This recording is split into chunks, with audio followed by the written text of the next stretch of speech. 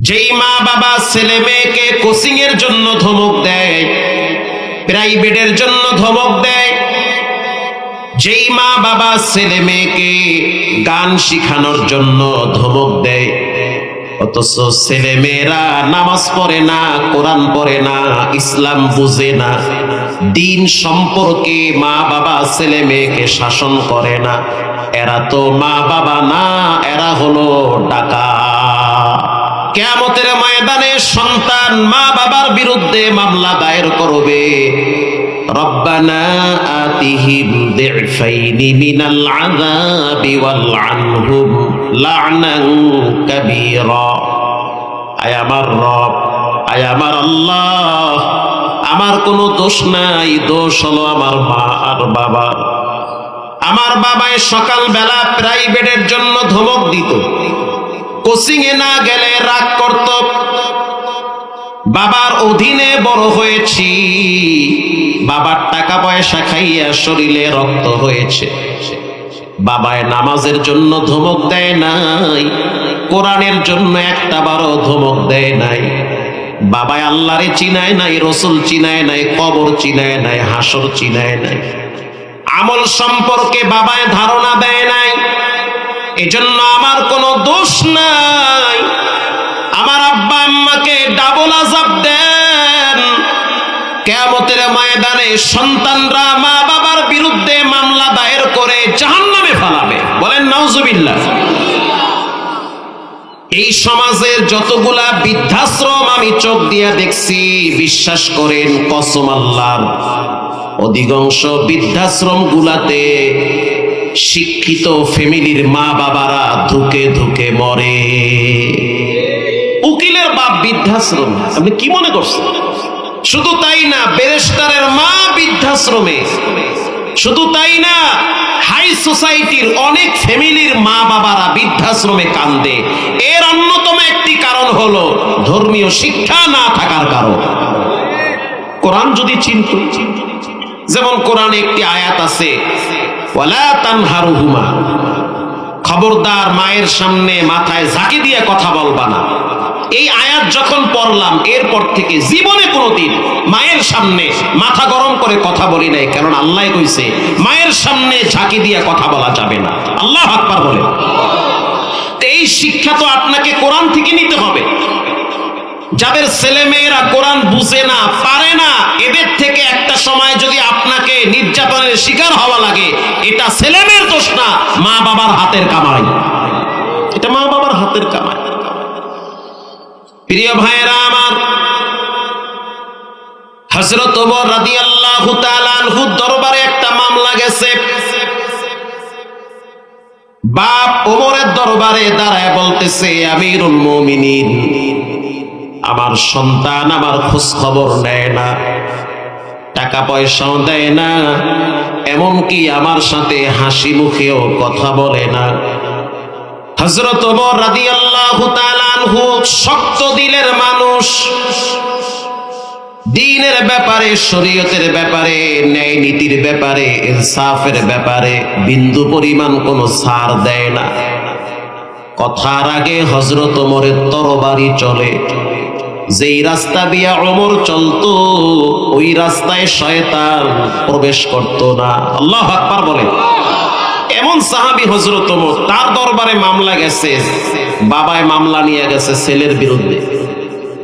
হযরত ওমর রাদিয়াল্লাহু তাআলা আনহু প্রশাসন পাঠায় দিল, যাও সন্তানকে গ্রেফতার করে আমার আদালতে দাঁড় করাও। সন্তানকে যখন হযরত ওমরের আদালতে দাঁড় করানো হয়, বাবা এক পাশে দাঁড়িয়ে আছে, সন্তান আর এক পাশে দাঁড়িয়ে আছে, মাঝখানে হযরত ওমর বসা আছে। এবার হযরত ওমর রাদিয়াল্লাহু তাআলা আনহু প্রশ্ন করল, সন্তান, যিনি দাঁড়িয়ে আছে ইনি তোমার কি হয়? বলে, আমার বাবা হয়। তোমার বাবায় তো তোমার ব্যাপারে অভিযোগ দিয়েছে, তুমি নাকি তোমার বাবার খোঁজ খবর নেও না, বাবার হক আদায় করো না। যুবক বলতে আছে, আমিরুল মুমিনিন, আমার বাবা যেটা বলেছে সেটা সত্য বলেছে, আমি আমার বাবার খোঁজ খবর নেই না, বাবার সাথে হাসি মুখে কথাও বলি না। হযরত ওমর রাদিয়াল্লাহু তাআলা আনহু বলল, যুবক শুনে নাও, বিন্দু পরিমাণ বেইনসাফির সুযোগ ওমরের দরবারে হবে না।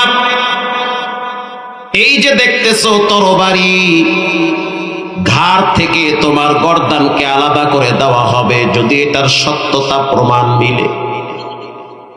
যুবক বলতেছে, আমিরুল মুমিনিন রাগ করবেন না, বাবার কথা শুই না আপনি আমার উপরে গরম হবেন না, কারণ ওই যুগে আসামিদেরও কথা বলার সুযোগ ছিল, কারণ যুগটা ছিল কোরআনের শাসনের যুগ। ঠিক না বে ঠিক? আসামি নির্দ্বিধায় কথা বলতে পারত, মনের কথা একেবারে আনন্দ চিত্তে বলতে পারত। আর এই যুগে গাইবি মামলা হয়ে যায়। কথা কন না? টাকার বস্তা যেই দিকে, মামলা চলে সেই দিকে। আগের টাইমে তো এগুলাই দেখছি। প্রিয় ভাইরা আমার, হযরত ওমর রাদিয়াল্লাহু তাআলা আনহু বলল, যুবক বিষয়টা কিন্তু জটিল বিষয়, বাপ আর ছেলের বিষয়। তোমার যেই বক্তব্য বলতে পারো তোমার বাবাও শুনবে, আমিও শুনবো। যুবক বলতেছে, আমিরুল মুমিনিন, যেই মুরব্বী আপনার সামনে দাঁড়িয়ে আছে ইনি কিন্তু আমার আব্বা হয়, এটা সত্য। আমি আমার বাবার হক আদায় করি না, এটাও সত্য। প্রথমে আমি আপনার কাছ থেকে দুই একটা বিষয় ক্লিয়ার হতে চাই। আগে বলেন, দুনিয়াতে আমার বাপ আগে আসছে না আমি আগে আসছি? আপনারা কি মনে করেন, ছেলে আগে আসছে না বাপ আগে আসছে? মাশাআল্লাহ, দুনিয়াতে বাপ আগে আসছে। আমিরুল মুমিনিন খলিফাতুল মুসলিমিন হযরত ওমর রাদিয়াল্লাহু তাআলা আনহু বলেন, দুনিয়াতে বাপ আগে আসছে। তো জানতে চাই, দায়িত্ব আব্বার আগে না আমার আগে? বলেন, দায়িত্ব বাবার আগে না ছেলের আগে? বাবার আগে। তো ধরা তো বাবার আগে খাইতে হইবে। এবার যুবক বলল, আমিরুল মুমিনিন, বাবার কি কি দায়িত্ব জানায় দেন, বাবাও শুনুক আমিও শুনি। এটা বলার সাথে সাথে বাবার চেহারা কালা হয়ে গেছে, কাম তো সারছে। বাদী বিবাদী দুইজনই সমানে বক্তব্য চলে। এবার হযরত ওমর রাদিয়াল্লাহু তাআলা আনহু বলল, সন্তান, পৃথিবীর প্রথম বাবার নাম হলো আদম আলাইহিস সালাম। তার মাধ্যমে রব্বুল আলামিন পৃথিবীতে সন্তান বিস্তার করেছে।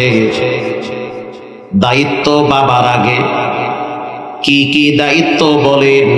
হযরত ওমর বলে, বাবার দায়িত্ব হলো তিনটা।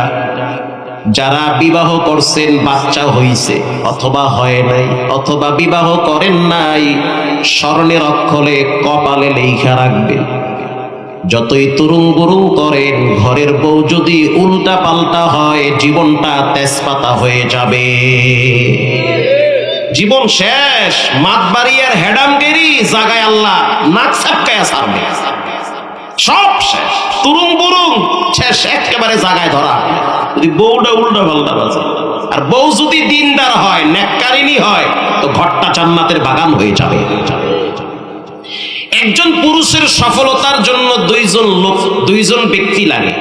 আবার বলি, তিনবার বলবো, এটা যেন দিলের ভিতরে গাইথা যায়। এই সমাজের অধিকাংশ বিবাহিত পুরুষরা ফ্যামিলি নিয়ে সবচেয়ে বেশি ঝামেলায় থাকে। বউ শাশুড়ির যুদ্ধ হোমানে চলে। একজন পুরুষের সফলতার জন্য দুইজন ব্যক্তি লাগে। এক নম্বরে মায়ের দোয়া, দুই নম্বরে ঘরের স্ত্রীর সহযোগিতা। আপনি বাহিরে ব্যবসা করেন, লস তো খাইতে পারেন। চাকরি করতে গেছেন, চাকরি হারাইতে পারেন। কর্মের কারণে কখনো কখনো পা হারাইতে পারেন, অসুস্থ হতে পারেন। পুরুষের মূল শক্তি হলো ঘরের স্ত্রী। স্ত্রী যদি ভালো থাকে, দিনদার থাকে, বিচক্ষণওয়ালা নারী হয়, ওই পুরুষ যদি বিকলাঙ্গ হয়, তারপরও অকর্মা হয় না। কেশবপুর বয়ানে গেছি, রাত 3টার সময় এক দোকানে ঢুকছি চা খাইতে। এতটুক মানুষ, একেবারেই ছোট। আশ্চর্য বিষয় হলো হাতগুলাও ছোট, কিন্তু পা নাই। আমি বললাম, আপনি রাত্র 3টার সময় চা দিতেছেন, পান বানায়া দিতেছেন, মাশাআল্লাহ, এত এনার্জি কোথা থেকে পাইলেন? আপনার তো পা নাই। সে হাইসা বলতে আছে, হুজুর আপনি বলতেছেন আমার পা নাই, আমি তো জানি আমার আরো 4টা পা আছে। আল্লাহু আকবার বললেন না? আমি বললাম, কই 4 পা? এ কি গাইবি পা নাকি? কয় না, 2টা পা হইছে আমার মায়ের, 2টা পা হইছে আমার বউয়ের। এই 4 পায়ের শক্তিতে আজকে আমি লক্ষ লক্ষ টাকার মালিক। আমার মা আমার জন্য দোয়া করে, আর আমার স্ত্রী কানের বালা বিক্রি কইরা এই দোকানে বসায় দিছে আমারে, তা না হইলে তো আমি ভিক্ষা কইরা খাইতাম। একজন পুরুষের সফলতার জন্য 2জন নারী লাগে, একজন হলো মায়ের দোয়া, আর একজন হলো ঘরের স্ত্রীর সহযোগিতা। কি খারাপ বললাম নাকি? স্ত্রী যদি জ্ঞানী হয় আপনাকে সাপোর্ট দিবে। আরে ব্যবসায় লস খাইছো, কি হয়েছে, তুমি তো বেঁচে আছো। কামরাঙ্গীর চরে কিছুদিন আগে আগুন লাগছে দোকানে, বেচারা আফসোস করতেছে, করোনার টাইমে এত লক্ষ টাকা ধরা খাইলাম, আবার লেদারের দোকানে আগুন। স্ত্রী বলতে আছে, টেনশনের কারণ নাই, তুমি তো বেঁচে আছো, বেঁচে থাকলে আল্লাহ পাক আবার আরামে চালাবে। এটা হলো পুরুষের শক্তি। স্ত্রী যদি ভালো হয়, ওই পুরুষ কখনোই নেশাখোর হতে পারে না। হাতে পায়ে ধইরা বুঝায়া যেমনে হোক তাকে দিনের রাস্তায় আনার জন্য 100% না হইলো 80% সহায়ক হয়। হযরত ওমর রাদিয়াল্লাহু তাআলা আনহু বলেন, বাবার দায়িত্ব 3টা। 1 নম্বরে বাবার দায়িত্ব হলো সন্তানের জন্য ভালো একটা মা নির্ধারণ করা। কারণ যেই গাছে ফল হবে গাছটা ভালো লাগাতে হবে। যেই পুকুরে মাছ চাষ করবেন পুকুরটায় পানি আছে কিনা সেটাও খবর নিতে হবে, ঠিক না বেঠিক? স্ত্রী যদি দিনদার হয়, সেই স্ত্রীর পেট থেকে কখনোই বদকার সন্তান আসতে পারে না। স্ত্রী যদি ইসলামের মাইন্ডে হয়, স্ত্রী যদি যায় নামাজ বিছাইয়া কোরআন সামনে নিয়ে বসার মেন্টালিটি হয়, ওই স্ত্রী কখনোই স্বামীর সংসারে অশান্তি লাগাইতে পারে না। হযরত ওমর রাদিয়াল্লাহু তাআলা আনহু বললেন, বাবার প্রথম দায়িত্ব সন্তানের জন্য ভালো একটা মা নির্ধারণ করা। আপনার সন্তান যেই মহিলাটার পেটে থাকবে, মহিলাটা যেন দিনদার হয়, পর্দানিশী হয়, আল্লাহওয়ালা হয়, কোরআন শিখার মতো মানসিকতা থাকে। বাবার 2 নম্বরের দায়িত্ব সন্তানের জন্য ভালো একটা নাম রাখা। কি রাখা? নাম রাখছে তুফান। হুজুরের দ্বারা লইয়া গেছে, হুজুর আমার ছেলের জন্য একটু দোয়া কইরে। হুজুরের নাম কি? নাম তুফান।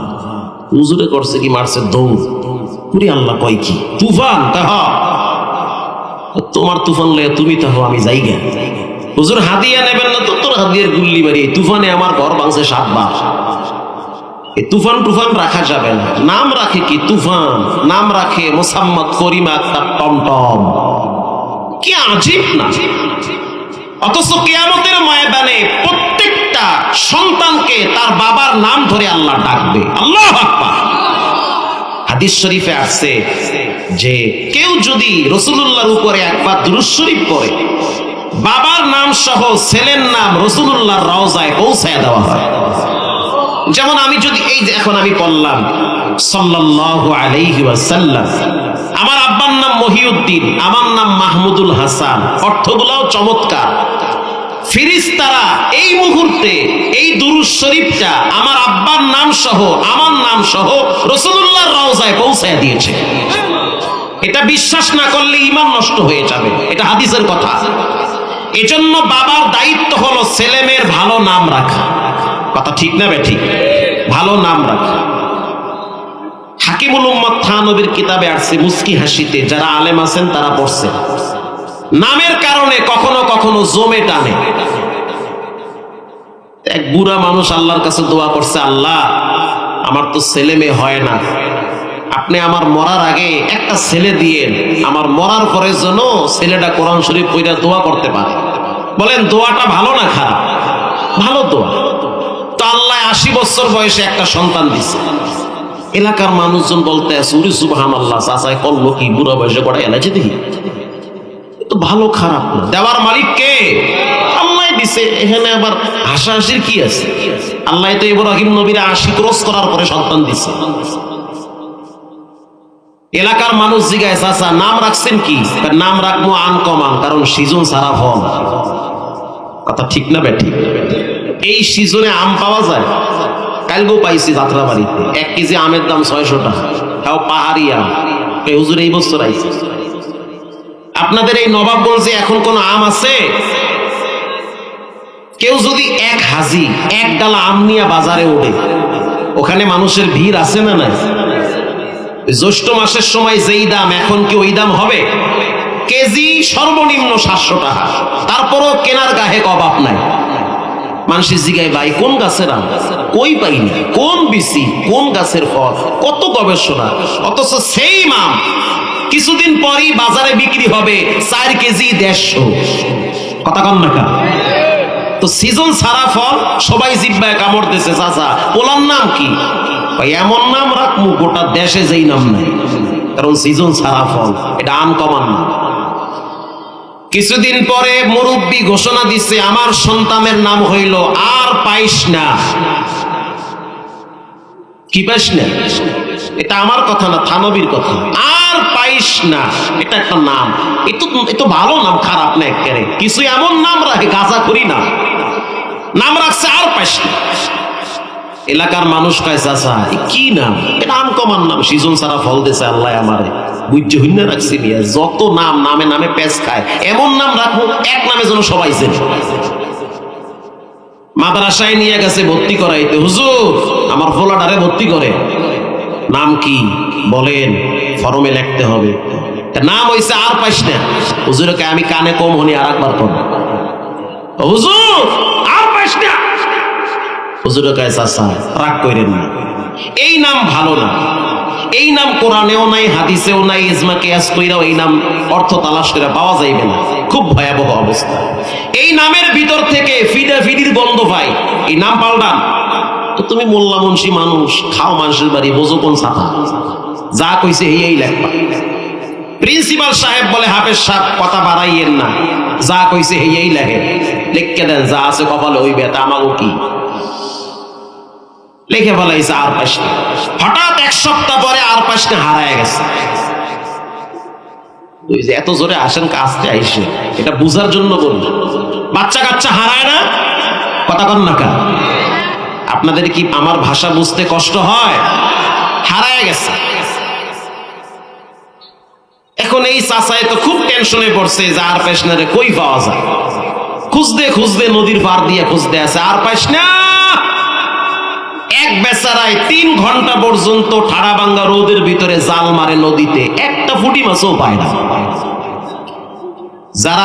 যারা মাছ ধরেন, টাইম মতো যদি মাছ জালে না পড়ে, মেজাজ কি ঠান্ডা থাকে না গরম থাকে?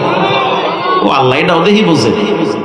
3 ঘন্টা রোদের ভিতরে যদি আপনি জাল মারেন, আর আপনার জালে যদি ফুটি মাছও না পড়ে, আপনার তো মনে চায় জাল হুদ্দা গাঙ্গে হালাই দিতে। এদিকে ম্যাডামে যদি ফোন দিয়া কয়, তাড়াতাড়ি আহো, মরিচ বেটে বইয়ে রইছে, এত কাম সারছে। হঠাৎ চিৎকার মারছে, আর পাইস না। বেচারায় চিন্তা করলো, এই লোকটার অভিশাপের কারণে আমি জালে মাছ পাই না, এর অভিশাপ লাগছে। কি অপরাধ করছি, কেন আমি মাছ পাবো না? কেন তুমি অভিশাপ দাও? মাছের গুল্লি মারি, হালা তোর জাল। জাল টাল ফালাইয়া লইছে একটা বাঁশের লাগি, বিসমিল্লাহ ছাড়া পিড়া শুরু করছে, চোখ বন্ধ করে। ওই টাইমে হাফেজ সাহেব নদীর পার দিয়ে যাইতে আছে। কি এনারে মারেন কি? হুজুর আপনি আল্লাহওয়ালা মানুষ, ফাঁকে যান, আমারে বুঝতে দেন। 3 ঘন্টা জাল মারি, মাথা গরম, এর মধ্যে অভিশাপ দেয়, আর পাস না। হাফেজ সাহেব বলছে, চাচা বলছিলাম না, আলেম ওলামাদের কথা না শুনলে এখানে সেখানে বেইজ্জতি হওয়া লাগে। আসতে বলবেন না, জোরে বলেন। হয় দুনিয়ায়, না হয় মরার পরে। মরার আগেই ধরা খাওয়া লাগে, কোনো উপায় নাই। চান্দু আওয়াই লাগবে মোল্লার কাছে, আসতে হবে। যতই ঠেলাঠেলি করেন, বহুত চান্দু দেখছি শেষ পর্যন্ত ওই মাওলানার ঠ্যাং টেফা লাগে। জি, এই নিয়ম চলতেছে এখন দেশে। আপনি সাবানও পাইছেন, জামাও পাইছেন, এখন যদি জাগা মতো ডলা না দেন ময়লা উঠবে। এখন যদি আপনি জামায় যদি সাবান দিয়ে ডলা না দিয়ে গালে ডলা দেন কাম হইবে? জাগা মতো ডলতে হবে। এই ডলার পদ্ধতি হলো আলেম ওলামা আসতে হয়। ওদিন কেরানীগঞ্জে এক বিয়ে, দুধ ভাই বোন বিয়ে হইবে। আউযুবিল্লাহ নাউযুবিল্লাহ আস্তাগফিরুল্লাহ লা হাওলা ওয়ালা কয় কি? সে মাসআলা জানে না যে দুধ ভাই বোন বিবাহ হারাম। এটা হারাম, এটা জানতে হলে কোরআনের কাছে আসতে হয়, মোল্লার কাছে আসা লাগে। তা না হইলে ওই তালাকের 3 দিন পরে ইদ্যত ছাড়া আরেকজনের লাগে জায়গা। মাসআলা জানতে হবে আলেমদের কাছ থেকে এসে। পৃথিবীর ভিতরে সবচেয়ে বড় মাসআলার কিতাব হলো আল্লাহর কোরআন। ঠিক না বেঠি? প্রিয় ভাইরা আমার, হযরত ওমর রাদিয়াল্লাহু তাআলা আনহু বলেন, বাবার 2 নম্বরের দায়িত্ব সন্তানের জন্য ভালো একটা নাম রাখা। এই যুবক, তোমার নাম কি? আমার নাম হাউফেল। রাখছে কেডা? রাখছে আব্বাই। এটার বাটাম ফাটা দেওয়া দরকার। এই মুরব্বি, এই হাউফেল কই পাইছেন? আমি একা একা রাখছি, তো ফিরা তো তোমার খাওয়া লাগবে। এবার হযরত ওমর রাদিয়াল্লাহু তাআলা আনহু প্রশ্ন করল, সন্তান তোমার নানা বাড়ি কই? কই মুই জানি না, বাপে জানে। ও আল্লাহ, কই কি? এই মুরব্বি, এই যুবকের মাকে কোথা থেকে আনছো? আমি এক রাখালের ঘর থেকে বাগাই আনছি। কি সুবহানাল্লাহ! ও সন্তানের জন্য কোরআন শিক্ষা দেওয়া এটা আব্বার দায়িত্ব। বাপ সন্তানকে নিজের হাতে কোরআন দেখাবে, কোরআন চিনাবে। বাবা সন্তানকে নিজে দাঁড়ায় থাইকা কোরআনের প্রতি মেহনত করাবে। মা তার মেয়েকে কোরআন চিনাবে। যেই সন্তান কোরআন চিনে না, সেই সন্তান একটা টাইমে রব চিনবে না, নবী চিনবে না, মা বাবাও চিনবে না। এজন্য হযরত ওমর রাদিয়াল্লাহু তাআলা আনহু বলেন, বাবার 3 নম্বরের দায়িত্ব সন্তানের জন্য কোরআন শিক্ষা দেওয়া। রব্বুল আলামিন বলেন, ইন্নামাল মুমিনুনা আল্লাযীনা ইযা যুকিরাল্লাহ, নিশ্চয়ই যারা আল্লাহর কথা শোনার পর অন্তরটা বিগলিত হয়ে যায়, অন্তরের ভিতরে আল্লাহর ভয় চলে আসে, এই কোয়ালিটির মানুষগুলাকে রব্বুল আলামিন ডেকে ডেকে কিয়ামতের ময়দানে আরশে আজিমের নিচে ছায়া দান করবে। আল্লাহর কথা শুনলে ভয় চলে আসে। আজান হয়ে গেছে, লরেন্স করেন না, কারণ কি? বড়া লাগবে না চান্দু? জানাজা সামনে আছে না? যদিও মসজিদে যাবেন না, টাইম মতো মসজিদের পালকি ঠিকই তো বাড়ির সামনে চলে যাবে। আজান হয়ে গেছে, লরেন না কা? আজান হইছে, বিড়ি ফালান, আল্লাহ ডাক দিছে, সম্মান করেন আল্লাহর কথা। আজান হয়ে গেছে, টিভি বন্ধ করেন। সাহেব আজান হইছে, দোকান বন্ধ করেন, আল্লাহরে গিয়া খুশি করেন। তা না হইলে এমন ক্যান্সার বাঁচবে, গোপনে কান্দা লাগবে, চোখের পানি মুছে দেওয়ার মতো কাউরে পাবেন না। আল্লাহর কথার প্রতি সম্মান এবং শ্রদ্ধাশীল হন। প্রিয় ভাইরা আমার, বিখ্যাত মুহাদ্দিস হাসান বসরি রাহমাতুল্লাহি আলাইহি বলেন, উয়ুনুল হিকায়াতে আছে,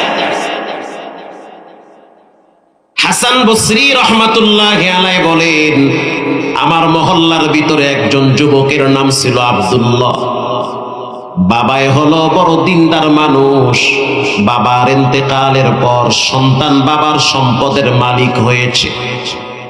সম্পদের গরমে জেনা ব্যভিচারে লিপ্ত হয়, সম্পদের গরমে মাস্তানি ভাব প্রকাশ পায়, সম্পদের গরমে যৌবনের তাড়নায় মৌবনে ঘুরে বেড়ায়। হঠাৎ একদিন অসুস্থ হয়ে গেছে, দেহের ভিতরে বড় বড় ফোঁড়া উঠা পচন ধরে গেছে। ঘর থেকে সবাই বলতেছে, যুবক তোমার দেহ থেকে গন্ধ আসতেছে, হয় তুমি ঘর ছাড়ো, না হয় আমরা ঘর থেকে চলে গেলাম। সুখের দিনে অনেক মানুষ পাওয়া যায়, দুঃখের দিনে অনেককেই কাছে পাওয়া যায় না। হাসান বসরি রাহিমাহুল্লাহু তাআলা তিনি বলেন, অসুস্থ হওয়ার পরে যুবক যখন জঙ্গলার ভিতরে পাড়ি বিছায় শুইয়া পড়ছে, শোয়ার পরে চোখের পানি ছেড়ে কাঁদতে আছে আর বলতে আছে, আল্লাহ, এক সময় যৌবন ছিল, রক্ত গরম ছিল, পাপ করছি, এখন আমার রক্ত ঠান্ডা হয়ে গেছে, রক্তের ভিতরে পচন ধরছি। আল্লাহু আকবার। যারা আমার ডানে বামে চতুর্দিকে থাকতো তারা এখন নাক বন্ধ কইরা যার যার ঘরে চলে যায়, আমার শরীর থেকে নাকি গন্ধ আসে। আয় আল্লাহ, যদি আপনি আমারে সুস্থ করে দেন, জীবনে আর কোনোদিন নাফরমানিতে লিপ্ত হব না। আপনার কুদরতি পা ধইরা বলতেছি, দয়া করে আপনি আমারে সুস্থ করে দেন। যুবক ভাইরা আমার, অসুস্থ হওয়ার আগে সুস্থ থাকাটাকে নেয়ামত মনে করো। হসপিটাল গুলায় গিয়া দেখো কত যুবক মৃত্যুর দরওয়াজায় চোখের পানি ছেড়ে কাঁদতেছে, চিকিৎসা করার মতো টাকা তাদের না। আছে না নাই? আল্লাহ শুকরিয়া আদায় করো, তুরুং বুরুং বন্ধ করো, আল্লাহরে ডরাও, তা না হইলে হঠাৎ হ্যাং হয়ে যাবা। চোখের পানি ছেড়ে দিয়া বলে, রব্বুল আলামিন, আমি তওবা করছি, জীবনে আর পাপ করব না, এইবারের মতো মাফ করেন। হাসান বসরি বলেন, রব্বুল আলামিন তাকে অল্প দিনের ভিতরে সুস্থ করে দিলেন। সুবহানাল্লাহ বলেন। সুস্থ হয়ে গেছে। সুস্থ হওয়ার কিছুদিন পরে আবার পাপাচারে লিপ্ত হইছে, আগের চেয়ে দ্বিগুণ। মরার দরজায় দিয়ে কেউ যদি ভালো হয়, হয় বেশি ভালো হয়, না হয় বেশি খারাপ হয়। আগের চাইতে পাপাচার বেড়ে গিয়েছে। তার অসুস্থতার দৃশ্য দেখা দুই একটা যুবক আল্লাহর ঘর মসজিদে গিয়া প্রতিনিয়ত সেজদায় পড়ে রবের দরবারে এই রোগ থেকে পানাহ চাইতেছে। তার অসুস্থতা দেখা অনেক যুবক হেদায়েত পেয়েছে, অথচ সে হেদায়েত পায় নাই। কিছুদিন পরে আবার পাপাচারে লিপ্ত হইছে। আল্লাহ রাব্বুল আলামিনের বিচারের সিদ্ধান্ত হয়ে গেছে, মা কানাল্লাহু লিয়ুআযিবাহুম ওয়া আনতা ফীহিম ওয়া মা কানাল্লাহু মুআযিবাহুম ওয়া হুম ইস্তাগফিরুন।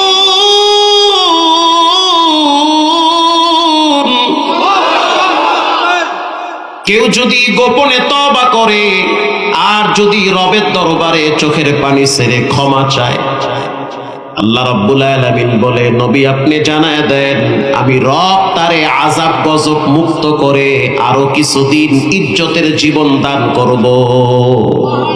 আল্লাহ আমারে বাঁচান, এটি হিসাব করে আমারে আগে বাঁচান। যেই হারে প্রতিদিন স্ট্রোক করে আমার চেয়ে অল্প বয়সী পোলাপান মরে, যেই হারে আমার চোখে দেখা ব্লাড ক্যান্সারে অল্প বয়সী বাচ্চারা হসপিটালে পড়ে আছে, ডর লাগে, কলজায় কামড় দেয়, না জানি কোন সময় আমার ধরে ফেলা।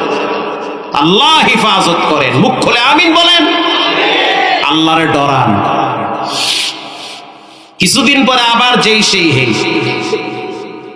আবার রব্বুল আলামিনের দরবারে চোখের পানি ছেড়ে তওবা করলো, আবার সুস্থ হয়ে গেল, আবার আকাম শুরু করছে, আবার রবের দরবারে তওবা করছে, আবার পাপাচারে লিপ্ত হয়েছে। 5 বার সুস্থ হয়েছে, 5 বার পাপাচারে লিপ্ত হয়েছে। একদিন হাসান বসরি কিছু আলেমদেরকে নিয়ে রাস্তার পাশ দিয়ে যাইতেছে। রাস্তার পাশে রিসোর্ট, ফলের বাগান, ফুলের বাগান। ওখানে দাঁড়ায় দেখতেছে যুবকগুলা তবলার তালে তালে নাচতেছে, মদ খেয়ে মাতাল হয়ে আছে। হাসান বসরি ডাক দিয়েছে, ইয়া আব্দুল্লাহ, হে আল্লাহর বান্দা, একটু কাছে আসো। যুবক ডাক দিয়া বলতেছে, হুজুর আপনারে আমি চিনি, কি বলবেন বলেন, কি বলবেন বলেন। আল্লাহর ওলি বিখ্যাত মুহাদ্দিস তাবি হাসান বসরি বলে, যুবক শুনে নাও, এই যৌবনের তারুণ্য একদিন থাকবে না। আল্লাহর ধরা শক্ত ধরা, কয়েকবার অসুস্থ হইছো, সুস্থ হইছো, তারপরেও তো ভালো হও না। মাগরিবের আজান হয়েছে, আসো মসজিদে যাই। যুবক বলে, হুজুর আপনার নামাজের হিসাব আপনি করেন, আমার হিসাব আমি দিব। কত বড় বেয়াদব! প্রত্যেকটা জিনিসের একটা সৌন্দর্য আছে, মানুষের সৌন্দর্য হলো আদবের ভিতরে। আদব নাই। এই মোল্লা, তোমার বাপের দুলাভাই লাগে মোল্লা, কয়টা বেতন তো মোল্লাকে ভেটকায় করো। এই মুন্সি, এই শিখাইছে তোমার আম্মা জানে? এটি কি ভাষা? যার ভিতরে ন্যূনতম কোরআনের জ্ঞান আছে সে কখনোই আলেমের সাথে ব্যঙ্গত্বমূলক আচরণ করতে পারে না। একটা সুন্দর ব্যবহার তো আছে। বেটকায় বেটকায় কও কি শিখলা? হাসান বসরি বলতে আছে, চুপ থাকো, দেখবা তার মৃত্যুর সময়টা কত মারাত্মক কাটে। বইলা ফেলাইছে, হাদিসে আসছে, কখনো কখনো আল্লাহর ওলির কথায় আল্লাহ তাআলা আসমান থেকে ফয়সালা করে। এটা হাদিসের কথা। দেখো আর মৃত্যুটা কেমন হয়, দেখবা কর গুনো যে কয়দিন পরে মৃত্যু হয়। কর গুনো সবাই কর গুনতেছে, কর গুনো 1 2 3 গুনতে থাকো, প্রতিদিন গুনবা যে কোন দিন দেখো আর মৃত্যুটা কেমন হয়। ওয়াইউনুল হিকায়াতে আসছে, কিছুদিন পরে হঠাৎ অসুস্থ হয়ে গেছে। কি হয়েছে বলে, কিডনির ভিতরে পাথর ধরা পড়েছে। দাঁড়ায় থাকতে পারে না, বসেও থাকতে পারে না, শুইয়া থাকতে হয়। শুইয়া শুইয়া প্রস্রাব করে, নাকের ফাঁক দিয়া পাইপ লাগায়া খাবার খাওয়ানো লাগে। এমন রোগী হসপিটালে আছে না? না, আল্লাহ হেফাজত করে, আল্লাহ মাফ করেন, আমারে আগে বাঁচালাম, খুব ডরাই দিন। হাসান বসরি রাহিমাহুল্লাহ বসে বসে হাদিস লিখতেছে, ক্বালা রাসূলুল্লাহি সাল্লাল্লাহু আলাইহি ওয়াসাল্লাম, মান তাওয়াদা লিল্লাহ রাফাহুল্লাহ। কেউ যদি রবের জন্য বিনয়ী হয়, কেউ যদি নিজেকে ছোট ভাবে, আরশের মালিক তার মান মর্যাদা সম্মান বাড়ায় দেয়। আরো জোরে বলেন সুবহানাল্লাহ। কেউ যদি নিজেকে ছোট ভাবে, আল্লাহ তার মর্যাদা বাড়ায় দেয়। এটা আল্লাহর ওয়াদা, রাসূল বলেছেন। হাদিস লিখতেছে, ইন দি মিন টাইমে দরওয়াজায় নক করেছে। কে তুমি?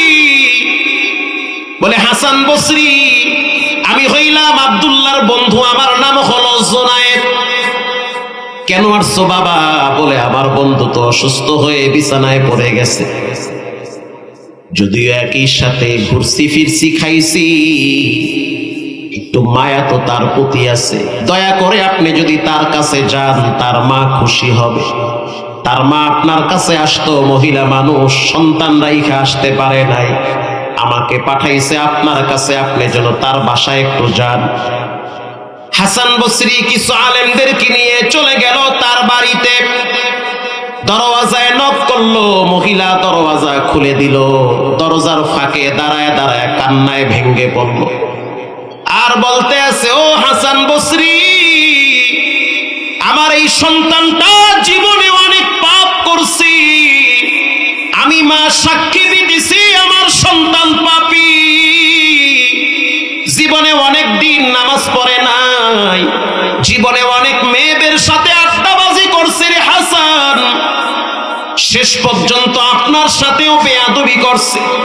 আমি মহিলা মানুষ, আমি ওর মা, আমি আপনার পায়ে ধরে ক্ষমা চাই, আমি পারি না আপনার কাছে আসতে, আল্লাহর হস্তে ওরে ক্ষমা করে দেন। হাসান বসরি বলে, ওর প্রতি আমার কোনো গোসা নাই, রাগ নাই। হাসান বসরি যুবকের মাথার কিনারায় গেছে, যুবক দাঁড়াইতেও পারে না, বসতেও পারে না, শুধু চোখের পানি ঝর্ণার মতো বায়া বায়া পড়ে। হাসান বসরি প্রশ্ন করলো, মা ইউবুকি কাইয়া শাবাব, কি হয়েছে, কেন কাঁদো? যুবক বলতে আছে, হাসান শুনে নেন, দেহের কষ্টের চাইতে কলিজার জ্বালা আরো বেশি।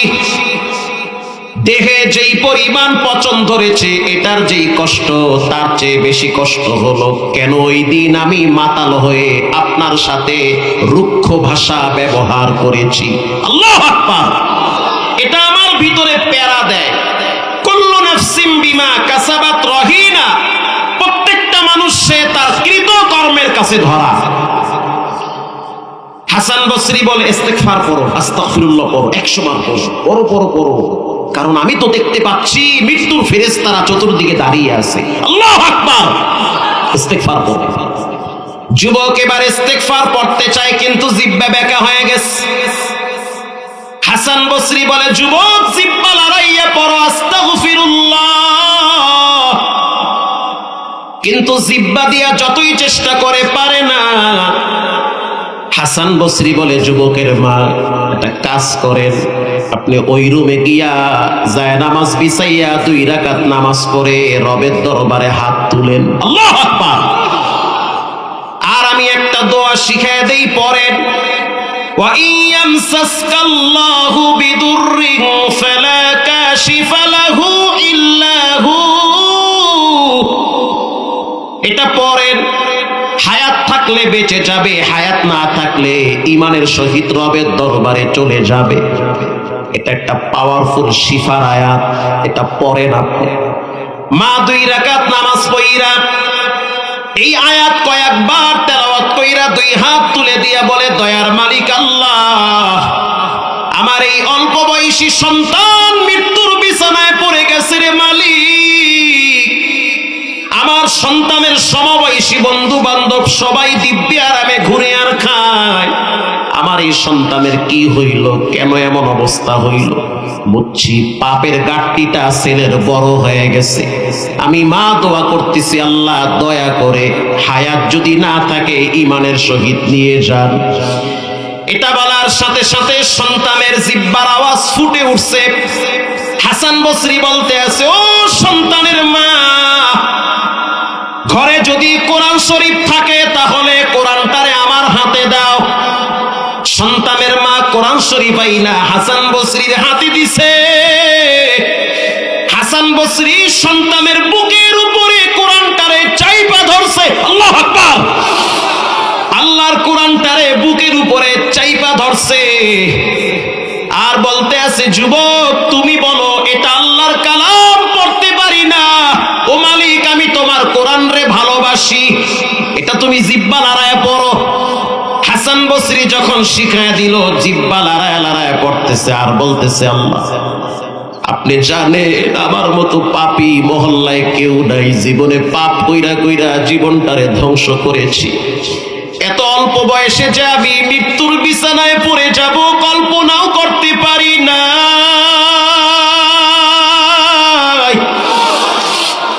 এটা কেমন মরণ, দেহের ভিতরে পচন ধরেছে, শরীরের গন্ধে মানুষ ডানে বামে থাকতে পারে না। আমি আপনার ওলির সাথে বেয়াদবি করছি, মাফ চাইছি, সেও আমারে মাফ কইরা দিছে, আমার মা আমারে মাফ করছে, কিন্তু কেন আমার জিহ্বায় কালেমা আসতেছে না? বুঝতে পারছি পাপের গাঁটটিটা আমার বড় হয়ে গেছে। আমি আমার চোখ দিয়া এখন জাহান্নামের ফেরেশতাদেরকে দেখতে পাইতেছি, আমি আমার নাকে জাহান্নামের গন্ধ পাইতেছি। ও মালিক আমার কোনো পুঁজি নাই। وَإِذَا تُلِيَتْ عَلَيْهِمْ آيَاتُهُ زَادَتْهُمْ ঈমানা। আমি আপনার কোরআন থেকে 2-1টা আয়াত তেলাওয়াত করি, যুবকের জবান খুলে গিয়েছে, কোরআন থেকে কয়েকটা আয়াত তেলাওয়াত করছে, করতে করতে করতে করতে অটোমেটিকলি জীবনের শেষ নিঃশ্বাস ঈমানের সহিত বের হয়েছে, ইন্তেকাল করেছে।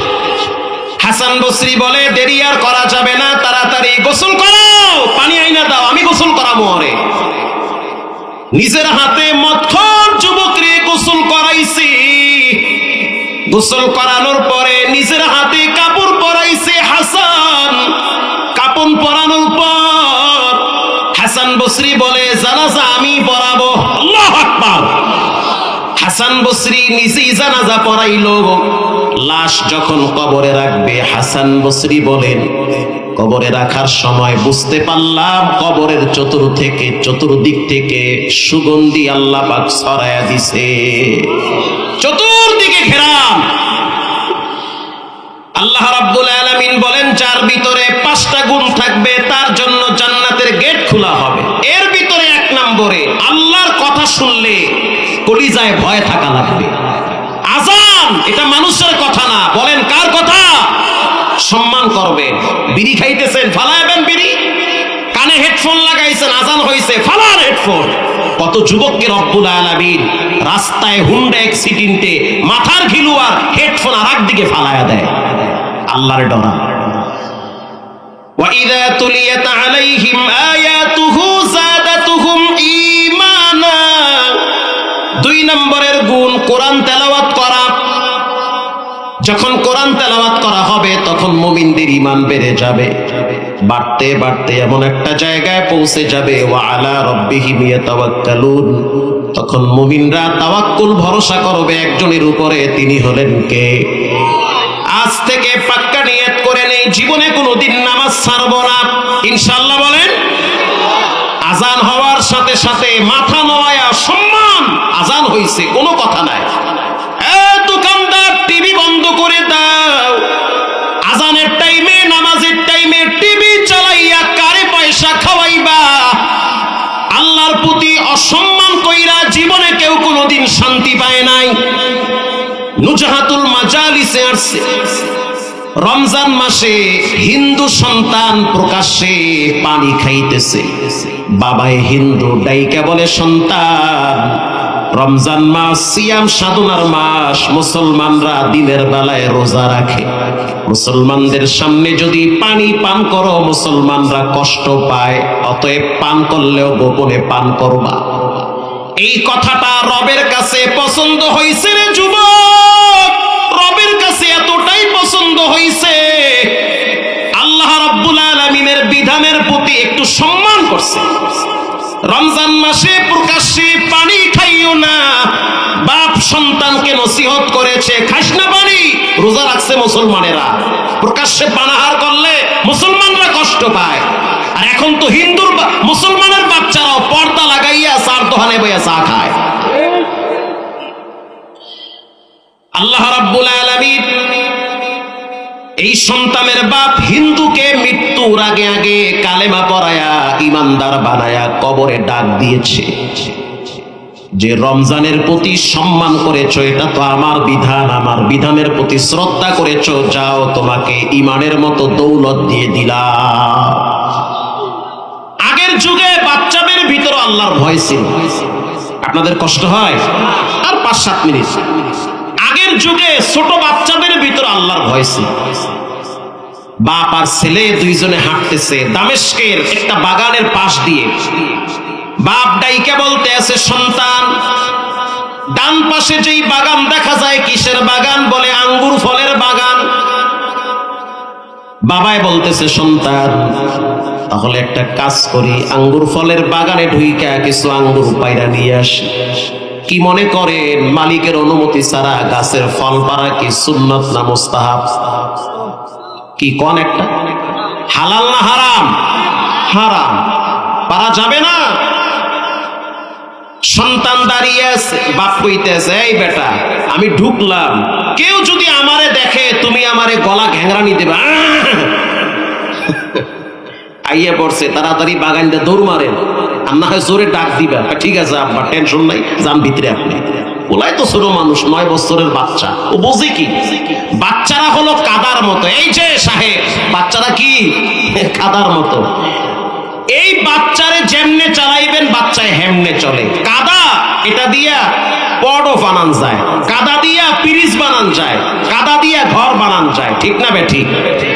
আবার কাদাটা যদি শক্ত হয়, এটা ওয়ালে মারলে ওয়ালে লাগবে না, আপনার নাকে আইসা লাগবে। তো বাচ্চা হলো কাদার মতো, কাঁচায় না নুইলে বাস, পাকলে করে ঠাস ঠাস। তো বাচ্চাদেরকে ছোটবেলায় যদি ওই যে কোরআনের আয়াত, রাসূলুল্লাহর হাদিস, মসজিদ, মাদ্রাসা, কবরস্থান, ঈদগাহ, মোল্লা, মুন্সি এরি যদি চিনান, এরা বড় হওয়ার পরে আইসি হবে, এসপি হবে, ডিআইজি হবে, সিআইডি হবে, লক্ষ কোটি কোটি টাকার লেনদেন হবে, 1 টাকাও হারাম পকেটে ঢুকাবে না। এই যে কোরআনের মেডিসিন ভিতরে আছে। এজন্যই তো বর্তমান দেখছি অনেক বড় বড় অফিসারদের ছেলে মেয়েরা মাদ্রাসায় পড়ে। আলহামদুলিল্লাহ বলেন। অনেক দেখছি, আমি তো মুখ দিয়ে দেখছি যে সেনাবাহিনীর অনেক বড় বড় অফিসার মাস্ক লাগাইয়া বাচ্চার জন্য দুপুরের টাইমে খাবার নিয়ে যায়। পরে প্রিন্সিপালের কাছে শুনলাম উনি একজন মেজর সাহেব, উনি একজন প্রশাসনের ঊর্ধ্বতম কর্মকর্তা, 3 ছেলে 2টারে আলেম বানাইছে। কারণ বুঝতে পারছে দেশের যে পরিস্থিতি, পশ্চিমা স্টাইলে বিদেশি কালচারে এদেশের ছেলে মেয়েরা দিন দিন ওই মানসিকতায় বড় হইতেছে। তো বাবা বাগানে ঢুকছে, ছেলে দাঁড়ায় রয়েছে, বাবারে পাহারা দেয়, চোর পাহারা দেয়। এবার সন্তান দাঁড়ায় দাঁড়ায় চিন্তা করলো বাবায় কোন দিক দিয়ে ঢুকছে। যখন তাকায় দেখলো বাবায় বাগানের মেইন দরওয়াজা দিয়া ভিতরে ঢুকছে। বাবায় সবে মাত্র আঙ্গুর ফলের থোকা ধইরা টান মারছে। সন্তান চিল্লান শুরু করছে, ইয়া আবি আহাদু ইয়ারানা। আল্লাহু আকবার বলেন। ইয়া আবি আহাদু ইয়ারানা, ও বাবা একজন তোমার দিকে তাকাইয়া আছি। বাবায় ডরে জুতা হালায় মারছে দৌড়। মালিক বুঝে আয়া পড়ছে, কাছে গিয়া দেখে সন্তান একা দাঁড়ায় রয়েছে, কেউ নাই। বাবায় বলে, সন্তান তুমি কি আমার সাথে ইয়ারকি মারতেছো, মজা নিচ্ছ? বলে না, তুমি না বলেছো কেউ যদি দেখে তাহলে আমারে সতর্ক করবা। আব্বাজান আমি চিন্তা করে দেখলাম মানুষ তো দেখে না, মানুষের আল্লাহ তোমার দিকে তাকায় আছে। বলার সাথে সাথে বাবায় সন্তানটারে বুকে জড়ায় ধরছে। নেককার সন্তান, যেই ছেলে নামাজ পড়ে ছোটবেলায়, ওরে বুকে জড়ায় ধরলে মনে হয় বাইতুল্লাহ বুকে জড়ায় ধরছি। বাপ সন্তানের বুকে জড়ায় ধইরা কপালে চুমা দিয়া বলে, সন্তান আল্লাহর দরবারে শুকরিয়া আদায় করি, রব্বুল আলামিন তোমার মতো খোদা ভীরু সন্তান আমারে দান করছে। এমন একটা সন্তান আমারে দিয়েছে, যেই সন্তান কিনা রবের ভয় আমারে দেখায়, যেই সন্তান নামাজ পড়ে, কোরআন পড়ে। এই যে আসার সময় নামাজ পড়লাম টিকিরপুর, সম্ভবত এর আগের এক স্থানে রোহিতপুরে ঢোকার আগে এক মসজিদে নামাজ পড়লাম। তো ছোট ছোট কয়েকটা বাচ্চা দেখলাম বাবার সাথে মসজিদে আসছে। 14-15 বছর বয়স হবে, 8-9 বছর বয়স হবে। একজনকে বলি ফেললাম, ইশারের টাইমে ঠান্ডার ভিতরে মসজিদে কেন আসলা? বলে, হুজুর আমার মাও নামাজ পড়ে, আব্বাও নামাজ পড়ে, দুনিয়ার লেখাপড়া করি, দুনিয়ার জন্য নামাজ পড়ি, আল্লাহর জন্য। সুবহানাল্লাহ। আমার মনে চাইছে ওর বাপের কপালে 2টা চুমা দেই। আর আপনারও ফোলা, খালি হুজুরের বাস দেন দোয়ানে ভাইয়া, আপনারও মাইয়া আল্লাহর দ্বারে গোপনে কান্দেন, আল্লাহ ছেলে মেয়েগুলারে দিনদার বানা, মরার পরে জন্য একটু হইলেও দোয়া করে, মুখ খুলে বলেন আমিন। প্রিয় ভাইরা আমার, যার ভিতরে 5টা গুণ থাকবে তার জন্য জান্নাতের গেট খোলা হবে। 1 নম্বরে আল্লাহর ভয় অন্তরে রাখা লাগবে। যেখানেই থাকেন, যে অবস্থায় থাকেন, পৃথিবীর কেউ না দেখলেও একজন দেখেন, তিনি হলেন কে? 2 নম্বরে আল্লাহর কোরআনের তেলাওয়াত নিয়মিত করা লাগবে। একটা মেয়েকে আলেমা বানান, একটা মেয়েকে কোরআন শিখান। এই যুগে ছেলেরা বাবার জন্য বেশি দোয়া করতে চায় না, ম্যাক্সিমাম মেয়েরা বাবার প্রতি বেশি দুর্বল হয়। মেয়েরা বাবার জন্য দোয়া করে, এজন্য মেয়েদের প্রতি সহনশীল হবে। আমি যদি কেরানীগঞ্জের 2-1টা ঘটনা বলি, আপনারা কপালে হাত দিবেন। এজন্য সাবধান করে দিলাম, মেয়েদেরকে বেশি ভালোবাসবে। ঘরে যখন খাবার নিয়ে যাবেন, ছেলের হাতে না দিয়া মেয়ের হাতে আগে দিবেন, রাসূল বলেছেন। আল্লাহু আকবার বলেন। কারণ আপনার মৃত্যুর পরে আপনার মেয়েটা আপনার জন্য সবচেয়ে বেশি দোয়া করবে। এজন্য মেয়েকে কোরআন শিখান। রাসূল বলেছেন, আল্লিমু বানাতাকুম সূরাতান নূর, মেয়েটাকে সূরা নূর শিক্ষা দেন। ছেলেগুলারে দিন শিখান। আমি বলি নাই যে মাওলানা বানান, হাফেজ বানান, কমপক্ষে প্রাথমিক 3টা বছর সন্তানকে কোরআন শিখাইতে হবে, কমপক্ষে 3টা বছর আরবি লেখাইতে হবে, আরবি পড়া বুঝাইতে হবে, নামাজের মাসআলা শিখাইতে হবে। এগুলো যদি না শিখান একটা টাইমে রবের দরবারে আপনার ধরা খাওয়া লাগবে। জীবনে কোনোদিন রবের প্রতি অসম্মানীমূলক কথা বলবেন না, জীবনে কখনোই কোরআনের বিরুদ্ধে অবস্থান নিবেন না, জীবনে কোনোদিন নামাজের বিপরীত অবস্থান নিবেন না, নামাজ ছেড়ে দিবেন না, জীবনে কোনোদিন আল্লাহর রাস্তায় দান খায়রাত থেকে হাত গুটায় দিবেন না, জীবনে কোনোদিন মা বাবার সাথে বেয়াদবি করবেন না। ওই যে বলছিলাম, একজন মানুষের সফলতার জন্য 2জন ব্যক্তি লাগে, একজন হলো মায়ের দোয়া আর একজন হলো স্ত্রীর সহযোগিতা। আমি ছোট্ট একটা ঘটনা বলে দোয়ার দিকে চলে যাব। বর্তমান বাইতুল্লাহ শরীফের যিনি মূল ইমাম, যার নাম হলো শাইখ আব্দুর রহমান সুদাইসি, 36 বছর বাইতুল্লাহ ইমামতি করেন। তিনি বাইতুল্লাহর মুতাওয়াল্লি, আবার মসজিদে নববীর মুতাওয়াল্লি। গত রমজানে সাংবাদিকরা তাকে প্রশ্ন করেছিল, শাইখ, বর্তমান পৃথিবীর ভিতরে সবচেয়ে সম্মানী ব্যক্তি আপনি, বর্তমান জীবিত যারা আছে সবচেয়ে সম্মানী ব্যক্তি আপনি, কারণ আপনি আল্লাহর ঘর বাইতুল্লাহর ইমাম। আপনার তেলাওয়াত রমজান মাসে 30 লক্ষ মানুষ নামাজে দাঁড়ায় দাঁড়ায় শুনে। চমৎকার তেলাওয়াত, আপনি এই সম্মান পাইলেন কেমনে? সে হাসতেছে আর বলতে আছে, এই সম্মান পাওয়ার পিছনে 2টা কারণ। বলেন কয়টা? 2টা। 1 নম্বরে মায়ের দোয়া, 2 নম্বরে কোরআনের বরকত। সুবহানাল্লাহ বলেন। 1 নম্বরে মায়ের দোয়া, কারণ আমার বাড়ি হলো মক্কা থেকে 2100 কিলোমিটার দূর দাম্মামে। দাম্মাম অনেক দূর, ওখানে আমাদের বসবাস।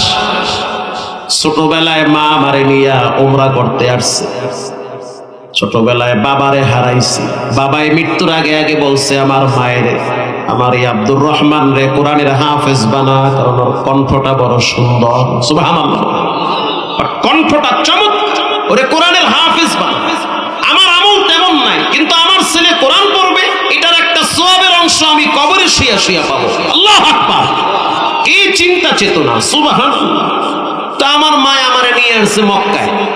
আমি ছোট মানুষ, আমি অনেক দুষ্টামি করতাম। সে হাসতেছে আর বলতেছে, আমি অনেক দুষ্টামি করি ছোটবেলায়। আমার মা আমাকে হাতিমে কাবার পাশে দাঁড় করায় রাখছে, এখানে তুমি দাঁড়াও, আমি তাওয়াফ করতেছি। এটা আল্লাহর ঘর, এখানে দোয়া করলে রব্বুল আলামিন সেই দোয়া কবুল করে। গত হজের সফরে দোয়া করছি, আল্লাহ ঢাকায় মোহাম্মদপুরে একটা জায়গার ব্যবস্থা করে দিয়ে। দোয়া কবুল হয়ে গেছে। 1 কোটি টাকা দিয়ে মোহাম্মদপুরে একটা মাদ্রাসার জন্য জায়গা কিনছি, আলহামদুলিল্লাহ। রমজান মাসে আল্লাহর দরবারে বাইতুল্লাহ গিয়া দোয়া করছি, আল্লাহ আমার মৃত্যুর পরে আমার লাশ তো গ্রামে যাবে, আমার মনটা চায় মসজিদ মাদ্রাসার পাশে যেন আমার কবরটা হয়, জায়গার ব্যবস্থা করে দিয়েন, মাদ্রাসার ব্যবস্থা করে দিয়েন। আলহামদুলিল্লাহ, ওটাও হয়ে গেছে। মসজিদও চলতেছে, মাদ্রাসাও চলতেছে, কবরও বানায় রাখছে। বইলা দিছি সবাই রে, মইরা গেলে ওই জায়গায় মাটি দিয়া রাখবা, কারণ যতই দৌড়াদৌড়ি করি জীবনের সবাইরও একটা শেষ সমাপ্তি আছে, না না শেষ সমাপ্তি আছে। মইরা গেলে মসজিদ মাদ্রাসার পাশে রাখি। আমার যে আমল, এ দিয়ে আল্লাহর কাছে মাপ পাওয়া যাবে না। অন্তত পক্ষে নামাজিওয়ালা, কোরআন পড়নেওয়ালারা দোয়া করলে একটু হইলেও মাপ হতে পারে। বাইতুল্লাহ শরীফের ইমাম শাইখ আব্দুর রহমান বলে, আমি দাঁড়ায় আছি, আমার মায় তাওয়াফ করতেছে। রব্বানা আতিনা ফিদ দুনিয়া হাসানাহ ওয়া ফিল আখিরাতি হাসানাতাও ওয়া কিনা আযাবান নার। দোয়া করতেছে আমার মা। আমি চিন্তা করলাম যে আমার সমবয়সী অনেক বাচ্চারা জাবালে আবু কুবাইস পাহাড়ে দৌড়াইতেছে, আমিও কি একটু খেলাই।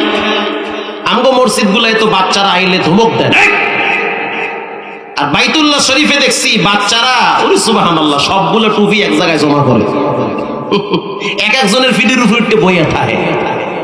কারণ ওদেরকে যদি আপনি মসজিদে আসলে ধমক দেন, ওরা চিন্তা করবে মসজিদে গেলেই ধমক খাওয়া লাগে, যাবো না ওখানে।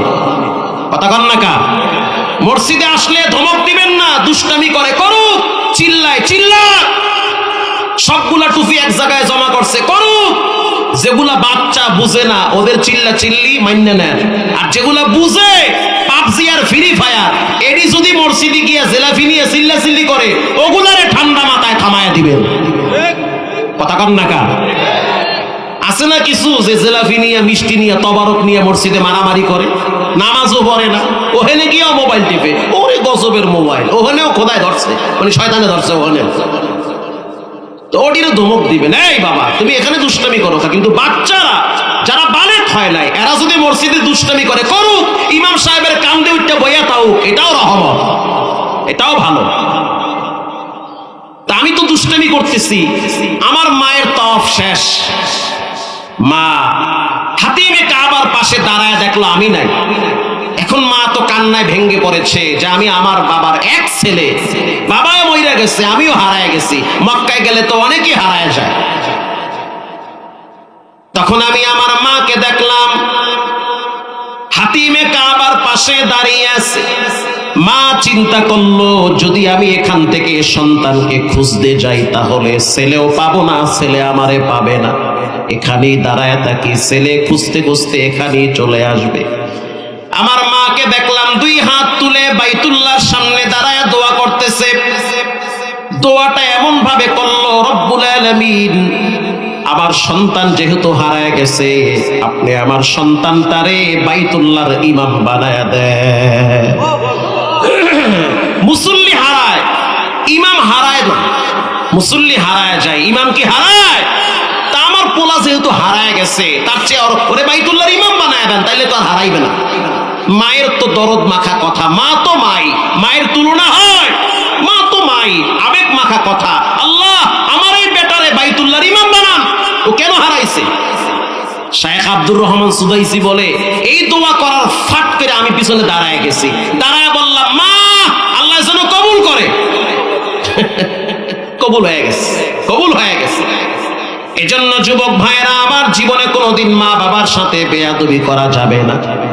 বাবায় বুড়া হয়ে গেছে, বাবারে এক্সট্রা কিছু পকেট খরচ দেন, মাকে এক্সট্রা কিছু টাকা দেন, যেটা দিয়া মা নীরবে একা একা খরচ করতে পারবে।